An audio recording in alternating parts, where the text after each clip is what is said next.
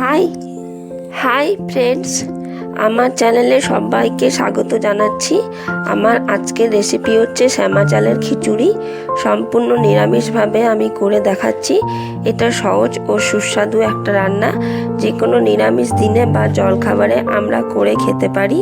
চলো তাহলে আজকের এই খিচুড়ির রেসিপিটা শুরু করা যাক। শ্যামা চালের খিচুড়ি তৈরি করার জন্য আমি এখানে নিয়েছি 200 গ্রাম শ্যামা চাল। তো আমি এখানে মুগ ডালটা প্রথমেই রোস্ট করে নেব। তার জন্য কড়াইটা গরম করে নিয়ে ফ্লেমটা একেবারে করে দিয়েছি লো। 2 থেকে 3 মিনিটের মতো আমরা এটা রোস্ট করে নেব। রোস্ট করে নিয়ে আমি এটা রেখে দেবো একটা বড় বাটির মধ্যে বা যে কোনো একটা পাত্রে। সেম কড়াইতে আমি করে নিচ্ছি। ওই একই কড়াইয়ে দিয়ে দিয়েছি তেল। তার জন্য আমি আলুটাকে প্রথমে ভাজা ভাজা করে নিচ্ছি। এরপর আলুটা ভাজা ভাজা হয়ে গেলে দিয়ে দিচ্ছি টমেটোটাও একটু নাড়াচাড়া করে ভাজা ভাজা করে নিচ্ছি। এখানে আমি শ্যামা চালটা ধুয়ে রেখে দিয়েছিলাম। এখানে আমার 200 গ্রাম শ্যামা চাল আছে। তো শ্যামা চালটা এবার আমি কড়াইয়ে দিয়ে দিচ্ছি।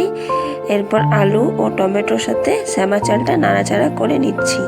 এখানে আমি দিয়ে দিচ্ছি 1 টিস্পুন হলুদ গুঁড়ো, 1 টিস্পুন জিরে গুঁড়ো।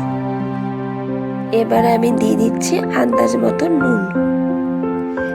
আর এই খিচুড়ির রেসিপিটি যদি একটু ভালো লেগে থাকে প্লিজ একটা লাইক করে দেবে, কমেন্ট করবে, শেয়ার করে দেবে আর সাবস্ক্রাইব করে আমার পাশে থাকবে। নুন, হলুদ, জিরা গুঁড়োর সাথে শ্যামা চালটা, আলু ও টমেটো দিয়ে পরে ভালো করে নাড়াচাড়া করে নেব 2 থেকে 3 মিনিটের জন্য। এখানে আমি যে মুগ ডালটা রোস্ট করে নিয়েছিলাম সেটা ভালো করে ধুয়ে এবার আমি দিয়ে দিচ্ছি কড়াইতে। তো সব জিনিসগুলোকে আমি এবার ভালো করে নাড়াচাড়া করে নেব। এরপর আমি দিয়ে দিচ্ছি 1/2 ইঞ্চির মতো আদা। এখানে আমি 1/2 ইঞ্চি আদা দিয়েছি।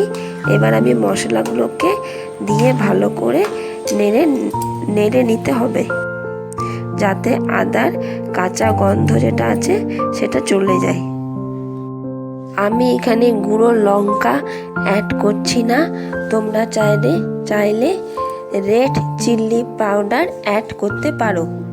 এবার আমি সব মশলাগুলো দিয়ে 2 থেকে 3 মিনিট লো ফ্লেমে একটু নাড়াচাড়া করে নেব।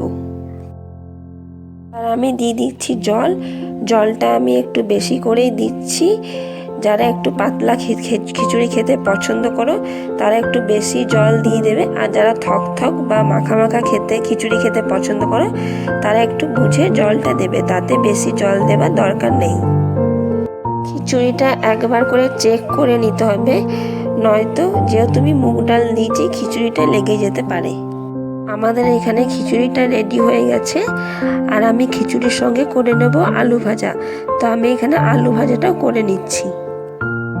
খিচুড়িটা গরম গরম সার্ভ করে নিয়েছি।